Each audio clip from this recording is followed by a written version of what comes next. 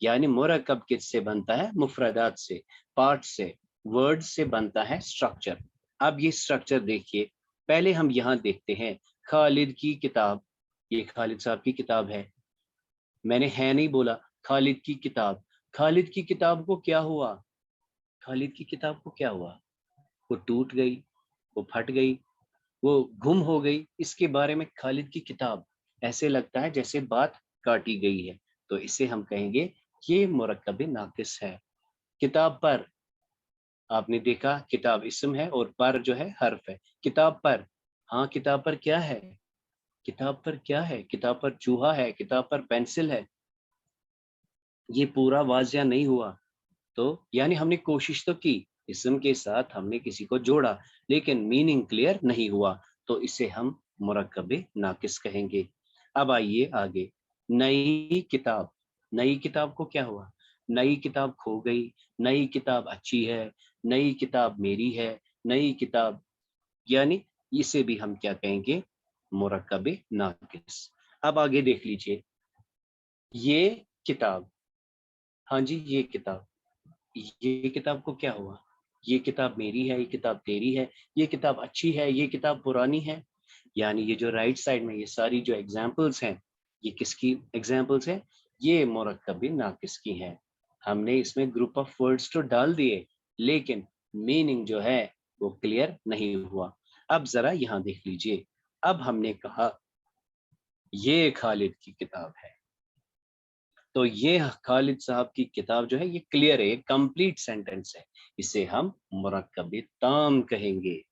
اب یہاں دیکھ لیجئے، کتاب پر قلم ہے، تو واضح ہو گیا کتاب پر قلم ہے، یعنی یہ پورا کمپلیٹ سینٹنس ہے۔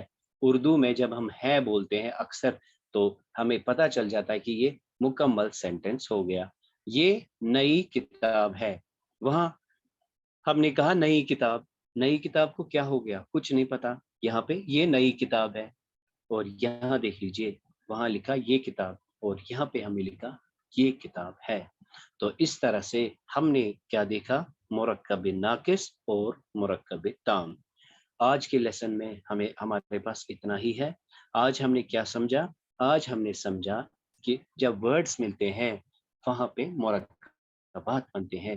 مرکبات دو قسم کے ہوتے ہیں، یا تو وہ مرکب ایک میننگ کنوے کرے گا، ایک کمپلیٹ سینس کنوے کرے گا، یا تو وہ ادھورا میننگ کنوے کرے گا۔ ادھورے میننگ کو کنوے کرنے والے جو ورڈز ہیں انہیں ہم مرکب ناقص کہیں گے، اور جو کمپلیٹ سینس، جو ورڈز کمپلیٹ سینس پرووائڈ کریں گے انہیں ہم مرکب تام کہیں گے۔ اور پھر ہم نے دیکھا عربی میں مرکب تام کی دو قسمیں ہیں، یا تو وہ اسم سے شروع ہوگا اور جملہ اسمیہ کہلائے گا، یا تو وہ فعل سے شروع ہوگا اور اسے ہم جملہ فعلیہ کہیں گے۔ تو آج کی کلاس کے لیے اتنا ہی۔ اب میں خالد صاحب سے ریکویسٹ کروں گا